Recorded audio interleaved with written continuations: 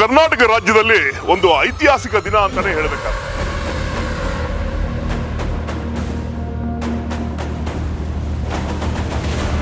ನಮ್ಮ ವರದಿನಲ್ಲಿ ಅಂಕಿಅಂಶಗಳು ಆಧರಿಸಿ ನಮ್ಮದೇ ಆಗಿರ್ತಕ್ಕಂಥ ಶಿಫಾರಸುಗಳು ಮಾಡಿದ್ದೇವೆ. ಹಿಂದುಳಿದ ವರ್ಗಗಳ ಆಯೋಗದ ಅಧ್ಯಕ್ಷರಾಗಿದ್ದಂತಹ ಕಾಂತರಾಜ್ ಅವರು ಸಲ್ಲಿಸಿದಂತಹ ವರದಿಯನ್ನ ಮತ್ತು ಜಯಪ್ರಕಾಶ್ ಹೆಗಡೆ ಅವರು ಸೇರಿಸಿದಂತಹ ವರದಿಯನ್ನ ರಾಜ್ಯ ಸರ್ಕಾರ ಇವತ್ತು ಸಚಿವ ಸಂಪುಟದಲ್ಲಿ ಮಂಡನೆ ಮಾಡಿದೆ.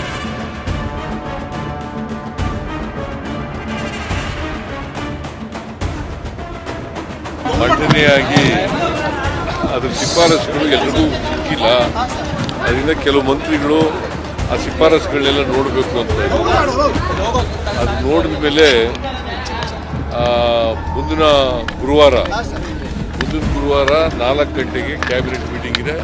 ಅದನ್ನು ಅಲ್ಲಿ ಚರ್ಚೆ ಮಾಡಿ ವಿಲ್ ಟೇಕ್ ಎ ಡಿಸಿಷನ್. ಯಾಕೆಂದ್ರೆ ಅದರಲ್ಲೂ ವಿಶೇಷವಾಗಿ ಎಲ್ಲ ಶೋಷಿತ ಸಮುದಾಯಗಳಿಗೆ ಸೇರಿದವರು, ಪರಿಶಿಷ್ಟ ಜಾತಿ, ಪರಿಶಿಷ್ಟ ಪಂಗಡ, ಹಿಂದುಳಿದ ವರ್ಗಗಳು, ಅಲೆಮಾರಿ ಸಮುದಾಯಗಳು, ಜಾತಿಯ ಅಲ್ಪಸಂಖ್ಯಾತ ಮತ್ತು ಧಾರ್ಮಿಕ ಅಲ್ಪಸಂಖ್ಯಾತರಿಗೆ ಒಂದು ವಿಶೇಷವಾದ ದಿನ ಅಂತ ನಾವು ಭಾವಿಸ್ತೀವಿ. ಶೋಷಿತ ಸಮುದಾಯಗಳು, ಅಹಿಂದ ಸಮುದಾಯಗಳು, ದಲಿತ ಅಲೆಮಾರಿ ಸಮುದಾಯಗಳೆಲ್ಲವೂ ಕೂಡ ಮತ್ತು ನಾಡಿನ ಎಲ್ಲಾ ಜನತೆ ಪರವಾಗಿ ನಾವು ಅದನ್ನ ಸ್ವಾಗತ ಮಾಡ್ತೇವೆ. ನಮ್ಮ ವರದಿನಲ್ಲಿ ಅಂಕಿಅಂಶಗಳು ಆಧರಿಸಿ ನಮ್ಮದೇ ಆಗಿರ್ತಕ್ಕಂಥ ಶಿಫಾರಸುಗಳು ಮಾಡಿದ್ದೇವೆ.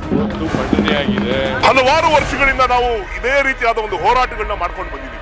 ಕಾಂತರಾಜ್ ಆಯೋಗದ ವರದಿಯನ್ನ ಒಪ್ಕೊಳ್ಳಿ, ಸ್ವೀಕಾರ ಮಾಡಿ, ಅದನ್ನ ಜನಗಳಿಗೆ ಬಿಡುಗಡೆ ಮಾಡಿ, ಅದನ್ನ ಮಂಡನೆ ಮಾಡಿ ಅಂತ ನಮ್ಮ ಹೋರಾಟಗಳು ಮುಂದುವರೆಕೊಂಡೇ ಬಂದಿದೆ. ಮತ್ತು ಈ ವರದಿಯನ್ನ ಸ್ವೀಕಾರ ಮಾಡೋದಕ್ಕೆ ಬಹಳ ಒಳ್ಳೆಯ ಪ್ರಯತ್ನವನ್ನು ಮಾಡಿದಂಥ ಮಾನ್ಯ ಮುಖ್ಯಮಂತ್ರಿ ಸಿದ್ದರಾಮಯ್ಯನವರಿಗೆ ಮತ್ತು ಸಚಿವ ಸಂಪುಟದ ಎಲ್ಲ ಸಚಿವ ದ್ವಯರಿಗೆ ಎಲ್ಲರಿಗೂ ಕೂಡ ಈ ಸಂದರ್ಭದಲ್ಲಿ ಧನ್ಯವಾದಗಳನ್ನು ಸಲ್ಲಿಸ್ತೇವೆ. ಇನ್ನು ಮುಂದೆ ಏನಾದರೂ ಇದನ್ನ ಜಾರಿಗೊಳಿಸೋದಕ್ಕೆ ಸಾಧ್ಯ ಆಗಿಲ್ಲ ಅಂದ್ರೆ ನಾವು ಇನ್ನು ಮುಂದೆ ನಮಗೆ ಒಂದೇ ದಾರಿ ಉಳಿದಿರೋದು, ಹೋರಾಟದ ಒಂದೇ ದಾರಿ. ಆ ಕಾರಣದಿಂದ ಇವತ್ತಿನ ದಿನದ ಫಲಿತಾಂಶಕ್ಕೆ ಕಾಯ್ತೀವಿ. ಇಲ್ಲವಾದಲ್ಲಿ ನಾಳೆಯಿಂದಲೇ ನಮ್ಮ ಸಮಸ್ತ ಶೋಷಿತ ಸಮುದಾಯಗಳು ಹೋರಾಟಗಳನ್ನು ಶುರು ಮಾಡಬೇಕಾಗುತ್ತೆ ಅಂತ ಹೇಳ್ತಾರೆ.